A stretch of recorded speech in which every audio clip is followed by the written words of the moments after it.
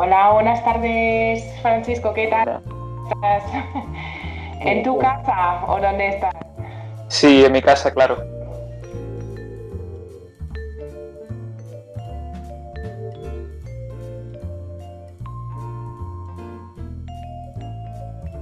Durante este confinamiento, ¿has podido ir a la cárcel y trabajar con la gente o...?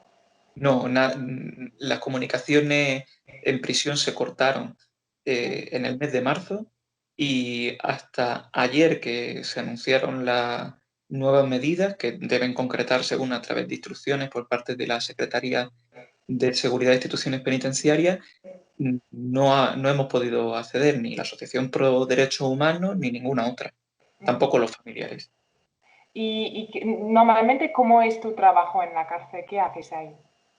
Bueno, yo, como soy el coordinador del área, eh, digamos que tengo la suerte de tener una visión panorámica de lo que ocurre en muchas de las prisiones de toda Andalucía.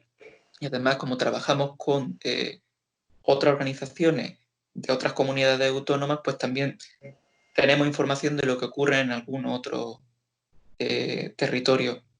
El trabajo que hacemos desde APDHA tiene que ver con asesoramiento jurídico tanto a personas privadas de libertad como a sus familias, ante cualquier tipo de duda o necesidad que surja en el ámbito legal, pues disponemos de un servicio de asesoría jurídica gratuita para orientar a una y a otra. Mm. En un segundo momento, desarrollamos trabajos de formación y de análisis jurídico a través de la elaboración de informes sobre cuestiones concretas, sobre sanidad en prisión, sobre trabajo en prisión, sobre la situación de las mujeres privadas de libertad en los centros, en las prisiones andaluzas. Ha sido el último trabajo que hemos hecho y que está en nuestra página web para descarga libre.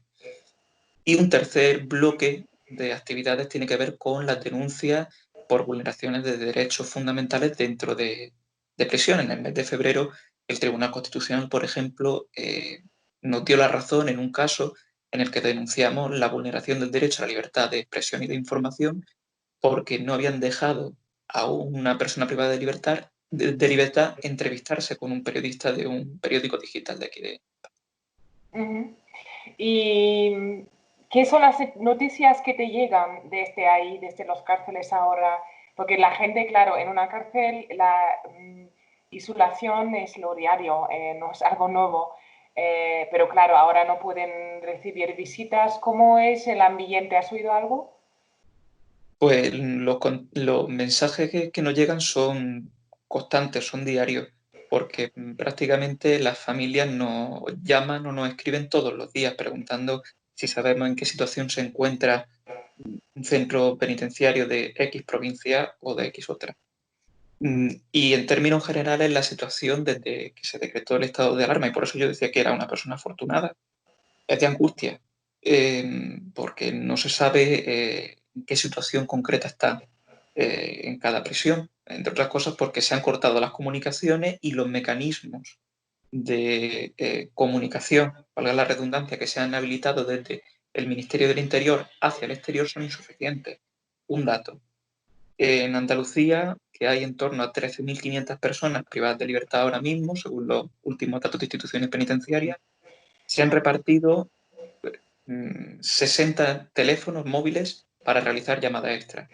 Si se hace la división entre 3.500 y 60 teléfonos móviles, sale a una media de un dispositivo por cada 225 o 230 personas, Mm. lo cual es una cifra ridícula, es decir, claramente insuficiente como para poder tener una comunicación normal con las personas que están en el exterior. Entonces, de eso las familias tienen mucha angustia porque a ese corte de las comunicaciones se impide también el acceso de las abogadas y abogados, con lo cual el derecho a la tutela judicial efectiva merma, se ve reducido. Pues entonces, perdona que te interrumpe, pero ¿no es así que cada uno tiene su móvil? No, no. Normalmente las comunicaciones en una situación normal son mediante eh, presencialmente, se pide cita, se acude en día prefijado a la prisión mediante lo que se llama la comunicación mediante locutorios o, en el caso de parejas, mediante vis a vis. Esa comunicación presencial se suprimió y se ha sustituido por un aumento de llamadas a través de dispositivos móviles que no son de propiedad de la persona que está privada de libertad, sino de instituciones penitenciarias, que es quien controla el uso, quien va regulando ese uso mediante turnos. Y una pregunta, ¿ellos escuchan también las llamadas o ah, la... Ellos no deben escuchar las llamadas, tienen que darse un espacio de privacidad para que la persona pueda hablar con tranquilidad con quien está al otro lado de la línea. En teoría, eso es lo que se debe hacer para respetar la privacidad de las comunicaciones. De momento no nos ha llegado ningún caso que se esté haciendo lo contrario. Sí nos han llegado casos de que ciertas prisiones regulan de manera un tanto arbitraria a quién se da el teléfono y a quién no. No lo hemos podido comprobar, pero sí nos han llegado quejas de algunas familias denunciando que no todo el mundo tiene el mismo acceso a los teléfonos. Ajá. Y la situación de COVID-19, ¿no sabéis tampoco realmente cómo se trata en los cárceles de Andalucía ahora? Sabemos que tenemos por un lado la información oficial de instituciones penitenciarias. Según esa información oficial, la incidencia del COVID-19 dentro de prisión ha sido mucho menor, está siendo mucho menor que en el caso de la población que no está privada de libertad. Bueno, o que no está dentro de prisión, porque ahora mismo todo el mundo estamos dentro de casa y hay quien podría pensar que estamos en una situación análoga, ¿no? Sin embargo, por lo que sabemos, por los datos que nos ha facilitado también instituciones penitenciarias, en Andalucía, de nuevo, tenemos en torno a 13.500 personas privadas de libertad y se han hecho, según nos ha trasladado instituciones penitenciarias, 34 test. 34 test que además presentan problemas a la hora de detectar falsos positivos, que claramente pues, son insuficientes para saber la verdadera incidencia que puede estar teniendo el COVID-19 dentro de casa. Por eso lo que hemos solicitado en el plan de desescalada que presentamos ayer, una serie de organizaciones de defensa de derechos humanos al Ministerio de Interior, es, entre otras medidas, que se apruebe un plan, un estudio serológico, es decir, un estudio que mida la prevalencia del COVID-19 dentro de prisión. Con los datos que tenemos ahora mismo, es difícil saber o acercarse a la incidencia real que está teniendo el COVID-19 dentro de prisión. No obstante, parece, o de momento, por suerte, parece que las medidas que ha adoptado instituciones penitenciarias pueden que estén teniendo sentido, pero hasta que no se afinen más los diagnósticos y hasta que no sepamos, no se confirmen las causas de muerte en los últimos 3 meses dentro de prisión, es difícil decir una cosa u otra. ¿Y qué son los delitos que han hecho la mayoría de las personas en las cárceles de Andalucía? ¿Es un gran ratio de gente inmigrante o...? España ahora mismo está, según la última estadística del Consejo de Europa, la población migrante, tanto comunitaria como no comunitaria, que está dentro de prisión, se sitúa, y estoy hablando de memoria, en torno al 28-29% del total de personas privadas de libertad. Que no es una cifra, digamos, alarmante o algo que, es que ¿no? Como estos discursos que suelen arborar la fuerza de derecha y de ultraderecha, que las personas migrantes cometen más delitos que el resto de la población, ¿no? En términos comparados, quien más delitos comete la población no migrante. Y en todo caso, la mayor parte de los delitos que se cometen suelen ser delitos de escasa entidad, delitos relacionados con tráfico de drogas, con robos, con hurtos, pero de escasa cuantía. Hay que pensar que España se encuentra entre los países de todo el mundo con una de las tasas de homicidios más bajas. Eso es una noticia muy positiva, que no se destaca lo suficiente, creo yo. Eso me he enterado en uno de los reportajes que estaba haciendo y ni sé qué es la razón, pero quizás es el natural, la personalidad amable del español, o no sé, pero es que es curioso. En Madrid, hasta la capital, en 2019 o cuando era, o 2018, eran como 20 muertos, asesinatos, que es nada. Sí, en cambio tenemos uno de los códigos penales más duros de toda la Unión Europea. En contraste, tenemos una de las tasas de criminalidad más bajas, pero una de las tasas de encarcelamiento de Europa Occidental más altas. Por delante de España está Reino Unido y algún país más. ¿En qué sentido duro? Sentido duro tanto en la duración de las penas, el tiempo medio de duración de las penas. Tenemos uno de los tiempos de duración privativa de libertad efectiva más grandes de todo el continente europeo. Y duro también por la cantidad de delitos que se castigan, porque tenemos un rosario de delitos enorme, enorme, que está realmente destinado a atemorizar a la población. Uno de los principales vectores que ha conducido a la política criminal en los últimos 30 años ha sido lo que se llama coloquialmente o popularmente el populismo punitivo. Eh, Utilizar el Código Penal para tranquilizar a la población respecto a problemas que tienen otra raíz, a problemas sociales, a problemas económicos, a problemas políticos, pero no problemas criminales. Pues entonces España sí tiene un ratio alto de encarcelados o... Sí, sí, de hecho, en la última década, desde 2010, desde mayo de 2010, si no recuerdo mal, hasta ahora, España ha reducido su tasa de encarcelamiento en consonancia con la tendencia mundial y regional. Es decir, la mayoría de prisiones europeas han visto cómo se reducía su tasa de encarcelamiento. España se inscribe dentro de ese fenómeno. Sin embargo, a pesar de inscribirse dentro de ese fenómeno, se encuentra entre los países que más encarcelan. ¿Y cuántos encarcelados hay? ¿Tienes esa cifra en España?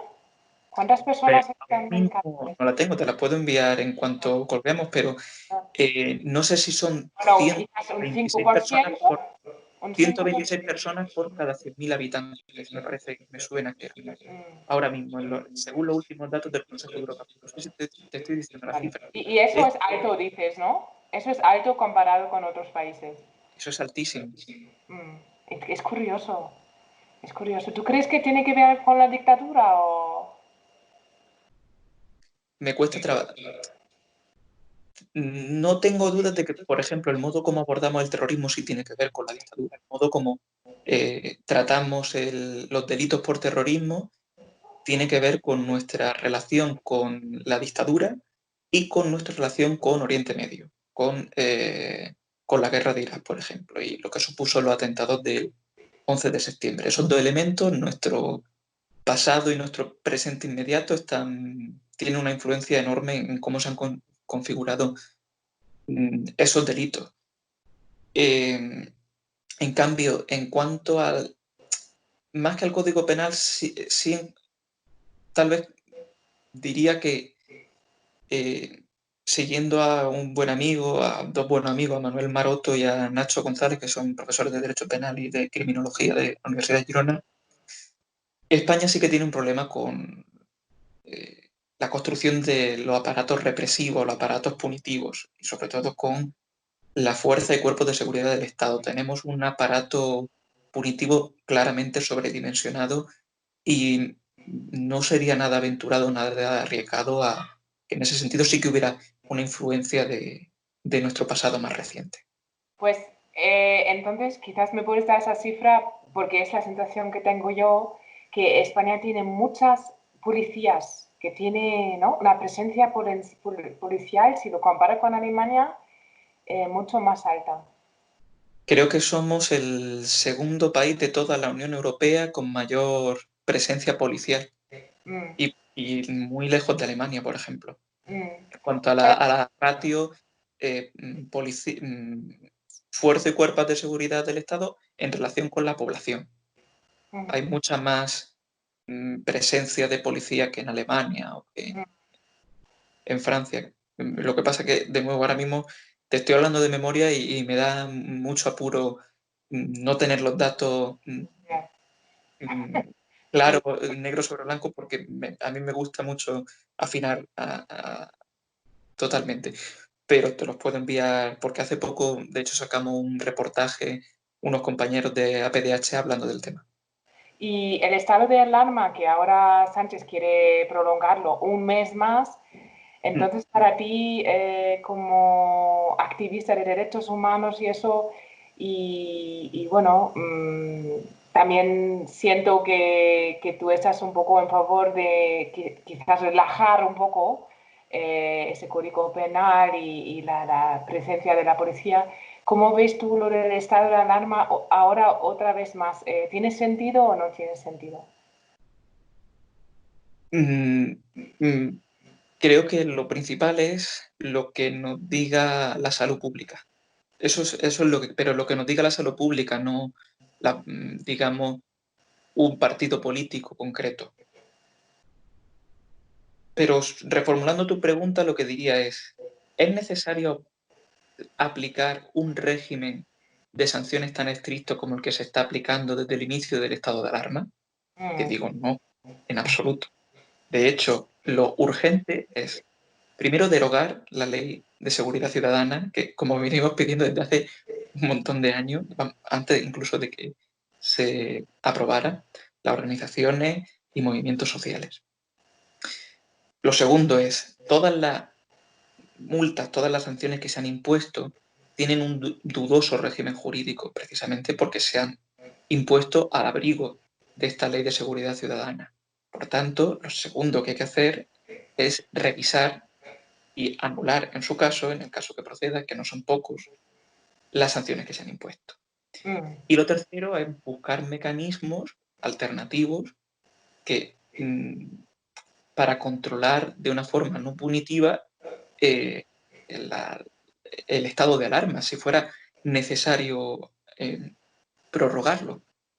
Lo que, no puede, lo que es insostenible y en todo caso produce un miedo enorme es que vayamos a llegar en pocos días al millón de sanciones impuestas desde que se aprobó el estado de ¿Así? alarma. Un Ahora millón mismo, de sanciones. Wow. hoy mismo, me parece que estamos en las 964.000 sanciones, lo que es es una barbaridad. Entonces, ¿tú crees que la policía aprovecha un poco o se ponen muy duros o tienen o es la locura de algunos jóvenes o no sé, algunos que se vuelven locos y no sé, por la situación o A ver, es cierto que hay gente, eh, digamos, pícara que aprovecha el estado de alarma para buscar los refugios. Eso siempre va a ocurrir en un estado.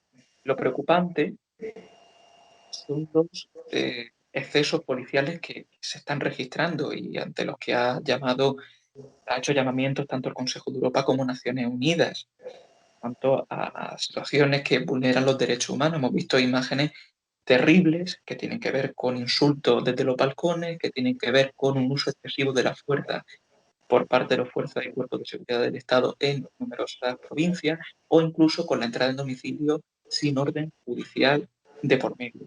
Constituye una clara vulneración de todas las garantías constitucionales y procesales de nuestro ordenamiento jurídico. Eso preocupa mucho y debería ser algo que le ocupara mm, en primer término al Ministerio del Interior. Sin embargo, hasta ahora, el ministerio que dirige Fernando Grande Marlaska no ha dado ningún asomo de autocrítica en ese sentido.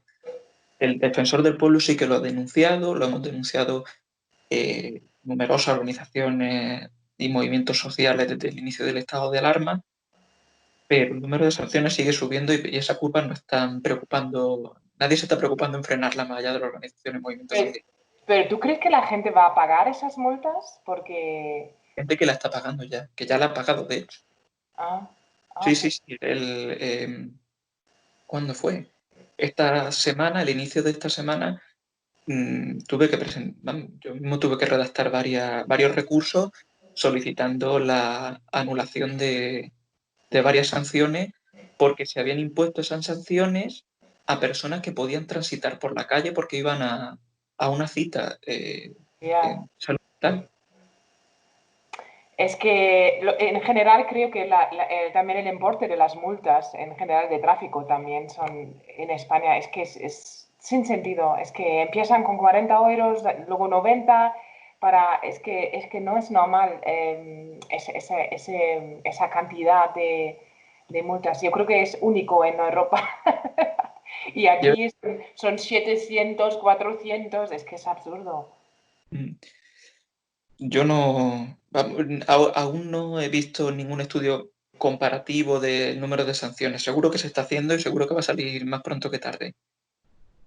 Pero la comparación que se ha hecho un poco famosa en cuanto al número de sanciones que han impuesto Italia y al que han puesto España, España supera a Italia con creces. Wow. Wow. Es enorme, era, no sé, una proporción de 1 a 3 o 1 a 4, una sanción en Italia, por cada sanción en Italia que se habían impuesto 4 o 5 sanciones, algo así. Mm.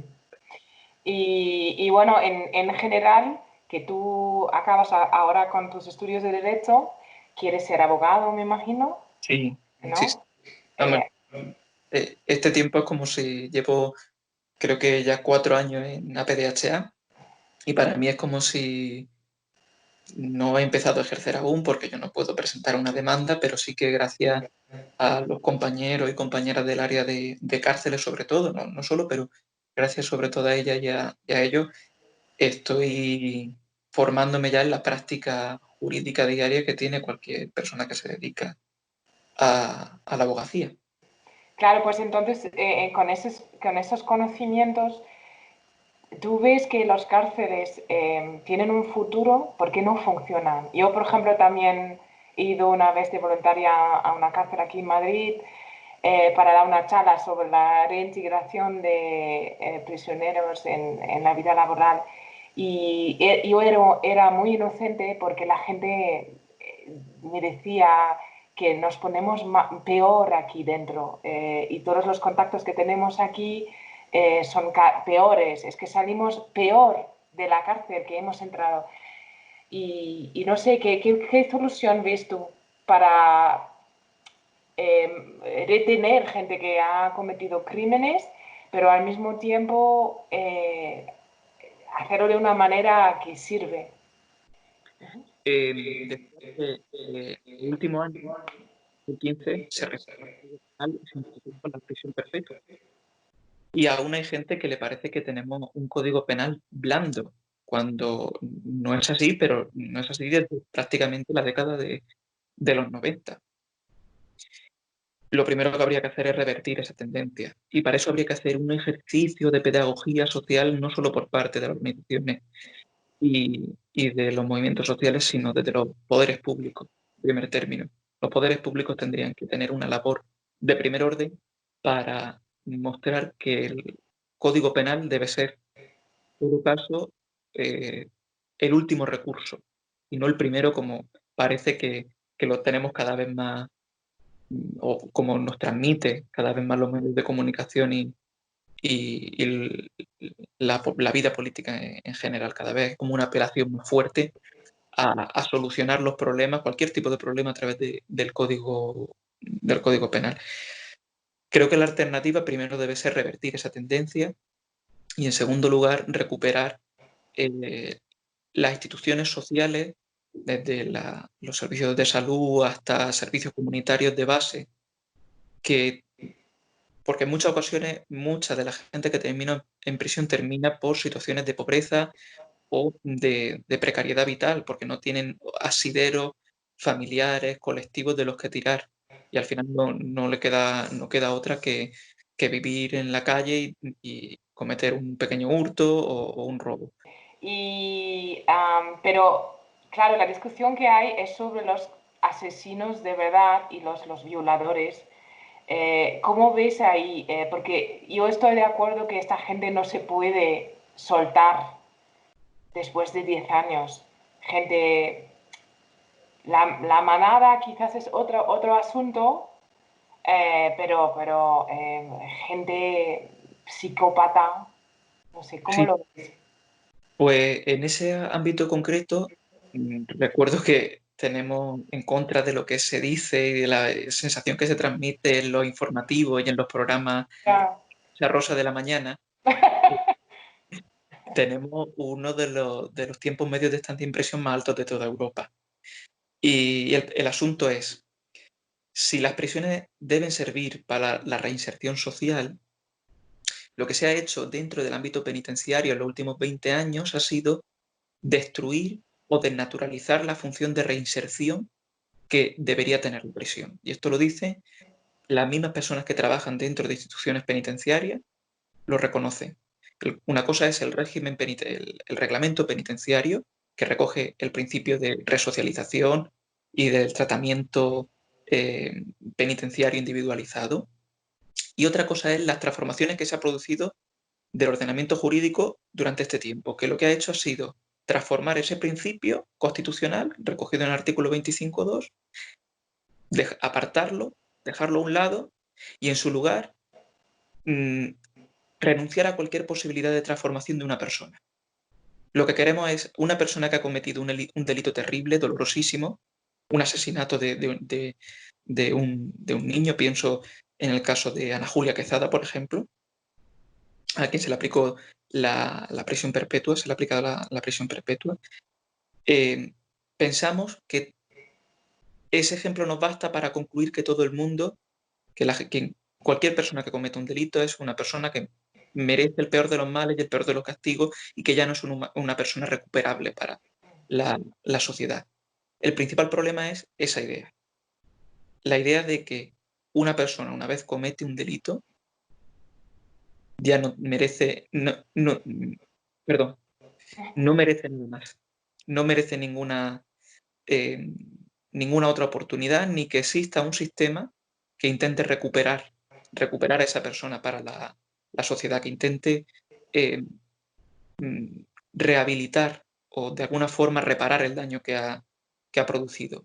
¿Cuál es Pero tú has dicho antes algo un ratio que es muy bajo en España, que es que decías que es la muy bajo. de homicidios que se cometen? La tasa de homicidios, vale, Claro, vale. Pues, pero la idea que se da, que hay los homicidios que hay, muchos son sexuales, son por machistas, son violaciones, no sé, ¿eso es correcto? O... no. Vamos a ver, no pretendo en absoluto no, infravalorar el papel del machismo, del patriarcado en nuestra sociedad, ni de los efectos que tiene en términos criminales.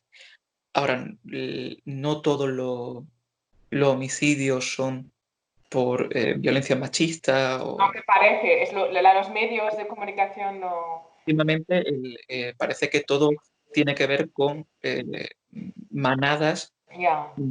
Incluso se está utilizando manadas de extranjeros que se dedican a cometer violaciones y asesinatos. Eso es algo que en Alemania, por ejemplo, ha tenido un tirón. Ahora estamos viviendo algo que en Alemania ya ha ocurrido, que ha sido la construcción pública de ese tipo de criminal. Sin embargo, el perfil que encuentra dentro de prisión es mucho más variado, es muy distinto. Mm. Eh, ¿Qué Pero un hace la psicópata, Francisco, un psicópata puede realmente, es sentido común dejarle salir. Un psicópata no tiene que estar en un centro, o no sé. Existe, en España en concreto, existen lo que se llaman los hospitales psiquiátricos penitenciarios. Solo hay dos en toda España. Wow, Lo que ocurre, entiendo la preocupación última, pero el asunto es cómo esa persona llega hasta ahí. Y, claro. y llega hasta ahí porque las instituciones que deberían existir antes para que esa persona no llegue a cometer el delito, han fallado. Y entonces como que intentamos decir, el problema es que no existe la institución última. Sí, ese es un problema, es decir, el problema es que solo existen 2 hospitales psiquiátricos penitenciarios, pero no creamos que abriendo más se soluciona el problema está antes. El problema es que toda una sociedad ha fallado para que esa persona termine ahí. Es decir, o consideramos esto como un problema colectivo, o al final corremos el riesgo de amplificarlo creyendo que en instituciones de castigo esto se soluciona. No. El castigo, por norma, engendra más castigo. La violencia engendra más violencia. Y no pretendo con esto ser ingenuo en lo que digo o parecer naif, no. Sino que o nos tomamos muy en serio revertir los fundamentos y la mirada que proyectamos dentro del ámbito penal, o realmente no hay solución. La solución entonces va a ser ver cómo aumentan instituciones de control y castigo. Pero de todos modos, comparando España, por ejemplo, como, con la sociedad americana, creo que la sociedad española es bastante sana Claro, a nivel de este tipo de trastornos y violentos, ¿no? Y eso es una noticia positiva, creo, totalmente, ¿no? claro. El problema es psicopatologizar, digámoslo así, una normalidad que no funciona de ese modo. En términos generales, lo recordaste hace un momento, no cometemos muchos delitos en España, por suerte. Ya. Y eso parece que no importa, parece que lo que más nos preocupa es buscar un titular o generar un clickbait que genere muchos retweets y que genere mucha alarma social en ese sentido. El miedo forma parte de la política, es así, y Sí. de la economía. Pero bueno, por eso decía que que me parece que lo más importante para introducir algún cambio consolidado, profundo, es que las mismas administraciones públicas y las mismas fuerzas políticas se comprometan a hacer un viraje de 180 grados en cuanto a la relación que tienen con los mecanismos de control y de castigo en España. Si eso no ocurre, es muy difícil que, que se haga. Y luego, y sobre todo, cómo es abordado ese tema por los medios de comunicación. Si los medios de comunicación lo que buscan en todo caso y en cualquier circunstancia es el morbo y el miedo, no hay nada que hacer. Ya.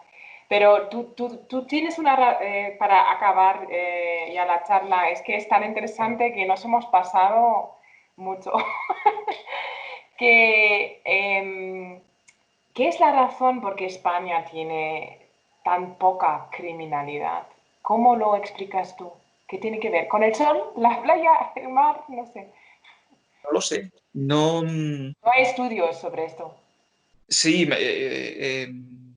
imagino que sí, que seguro que hay algún estudio que tenga una teoría para explicarlo, pero mm, yo creo que en general, en contra de lo que nos quieren hacer creer, somos una sociedad segura. En términos sociales, a pesar de las reformas neoliberales de los últimos años que han generado una gran inseguridad social, la gente nos sobreponemos a ello, apostando por lo colectivo, por el cuidado, por el autocuidado y por el cuidado común. Creo que tenemos una virtud para apostar por ese tipo de respuestas colectivas. Mm, Pero bueno, por eso insisto tanto en que la respuesta pasa porque tanto las instituciones públicas como los medios de comunicación hagan una tarea de pedagogía constante en cuanto a la defensa de los derechos fundamentales, a la defensa de unos servicios sociales públicos y universales, a apostar por la democracia y por procedimientos de participación ciudadana fuerte. Si eso no se hace desde tanto la administración como los medios de comunicación, renuncias a, mm, a construir una sociedad mejor. Y que, por último, dinos qué podemos aprender de esto, qué va a salir de positivo de esa situación ahora de confinamiento, que en España va a hacer, yo creo que es otra vez, uno de los países que más duro hace todo esto para la sociedad. Bueno, creo que el escenario está abierto, que puede ocurrir lo peor y puede ocurrir lo mejor, e incluso puede ocurrir lo mejor y lo peor a la vez. Pero que si con algo tenemos que quedarnos y por algo tenemos que apostar, creo que tiene que ver con las muestras de apoyo y de solidaridad colectiva que se han generado entre las vecinas y vecinos de las ciudades a la hora de hacer la compra a las personas mayores, los aplausos a las 8 de la tarde a los servicios de salud. Creo que eso nos tiene que recordar lo importante que es que de esta salgamos todas y todas juntos al mismo tiempo y al mismo compás. Porque si no, si intenta salir unos corriendo por delante unos de otros, no funciona. Ya nos lo está diciendo incluso la Organización Mundial de la Salud. O salimos todos juntos, nos cuidamos a nosotros mismos y a los demás, o no, o nos condenamos todos. Creo que, y esa decisión es nuestra. Esa decisión, lo que decidamos como persona concreta, está en nuestra mano. Vale, pues muchísimas gracias, Francisco. Muy, muy bonitas palabras, ¿eh? Y suerte con tu trabajo en las cárceles y pronto podemos ya salir y quedar también con amigos, no solamente con encarcelados. Adiós, muchas gracias. Chao.